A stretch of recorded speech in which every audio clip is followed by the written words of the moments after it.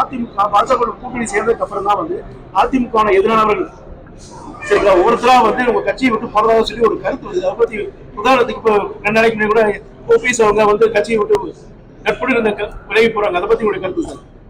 அதாவது திரு ஓபிஎஸ் அவர்கள் எங்க கூட்டணியில் இருக்கும்போது நான் அவர்களை பத்தி ஏதாவது சொல்லலாம். எங்க கூட்டணி விட்டு விலகி போறது அது தனிப்பட்ட நபர் கருத்தாக அமையும். அதனால நான் அவர் மீது எந்த கருத்து நான் இப்போ சொல்ல முடியாது. எங்க கூட்டணியில் இருக்கும்போது நான் எதுவும் நீங்க கேட்டீங்கன்னா நான் சொல்லியிருக்கலாம். டெல்லியில காலையில் நடைபெற்ற எங்க காங்கிரஸ் எம்பி செயின் ஸ்நாச்சிங் டெல்லியில பாதுகாப்பு இல்லையா அதாவது செயின் ஸ்நாச்சிங் இப்போ தமிழ்நாட்டில் பார்த்தீங்கன்னா செயின் ஸ்நாச்சிங் மட்டும் இல்லை, பாலியல் வன்கொடுமை நடக்கு, படுகொலைகள் நடக்கு. ஒரே திருவள்ளூரில் மட்டும் 24 மணி நேரத்தில் 3 படுகொலை நடக்கு. தென் மாவட்டத்தில் நிறைய படுகொலைகள் நடக்கு. இதற்கு என்ன காரணம்னா இங்கே போதைப் பொருள் பழக்க வழக்கம் தமிழ்நாட்டில் அதிகமாக இருக்கு.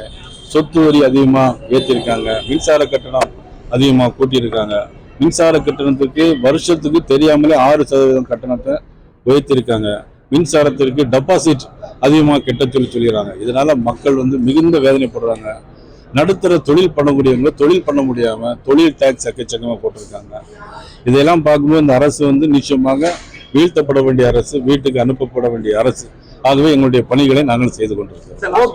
வேளாண் சட்டங்களுக்காக ராகுல் காந்தி அவர்கள் போராடும் பொழுது மத்திய பாஜக அரசு மத்திய அமைச்சர் அருண் ஜேட்லியை அனுப்பி என்னை மிரட்டினாங்க சொல்லி ராகுல் காந்தி ஒரு கருத்தை பதிவு பண்ணியிருக்காங்க. அதை பத்தி உங்களுடைய கருத்து என்ன? இல்ல, அது எனக்கு சரியா தெரியல அந்த கருத்து.